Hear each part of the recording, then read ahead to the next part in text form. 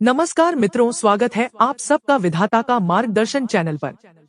मित्रों, हम सभी चाहते हैं कि हमारा जीवन सुखमय हो और घर में सुख संपत्ति की कोई कमी न हो। इसके लिए स्त्रियों को घर के अंदर यह 5 काम कभी नहीं करने चाहिए, नहीं तो घर में दुख दरिद्रता रहती है और माँ लक्ष्मी घर से रूठ कर चली जाती है। दोस्तों, हमारे प्राचीन ग्रंथों में हर पति पत्नी को शिवजी और माता गौरी का रूप माना जाता है। शिव और माता गौरी एक दूसरे के पूरक है, अर्धनारीश्वर है। ठीक उसी प्रकार पति और पत्नी भी एक दूसरे के अर्धांग होते हैं, इसलिए पत्नी को अर्धांगिनी कहा जाता है। विवाह के पश्चात है पत्नी के कर्म, यज्ञ, धर्म, कार्य, पुण्य आदि का फल पति को भी प्राप्त होता है और उसी प्रकार से पत्नी द्वारा किए गए गलत कर्मों का भुगतान पति को भी भुगतना पड़ता है। हमारे हिंदू समाज में स्त्रियों को घर की लक्ष्मी और अन्नपूर्णा माना जाता है, किंतु कुछ महिलाओं के गलत कामों से माता लक्ष्मी रूठ जाती है और घर से चली जाती है और ऐसे घर में उनकी बहन अलक्ष्मी निवास करने लगती है। अगर आपको भी आपके घर में कुछ ऐसा प्रतीत होने लगा है तो इन गलतियों को सुधार ले, अन्यथा आपको बुरे परिणाम भुगतने पड़ सकते हैं,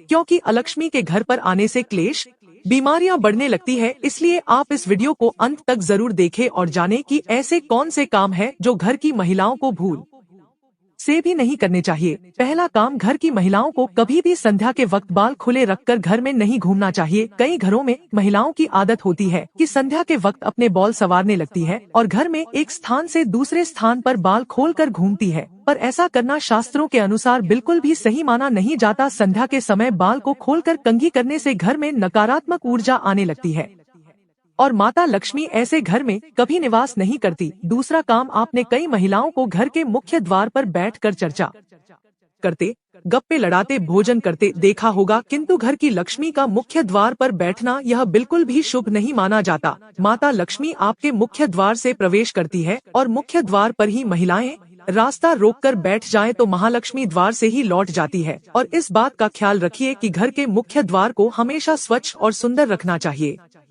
इससे माता प्रसन्न होकर प्रवेश करेंगी। तीसरी बात, बहुत सारी महिलाएं घर में देर तक सोती रहती है। आपको बता दूं कि अगर घर की महिलाएं सूर्योदय के बाद भी सोती रहती है तो घर की बरकत भी चली जाती है और घर में नकारात्मक ऊर्जा फैलती है। कृपया प्रातःकाल सवेरे उठकर ही श्रीहरि का आशीर्वाद लें और घर में धूप दीप करें, जिससे घर में सकारात्मक वातावरण बना रहे।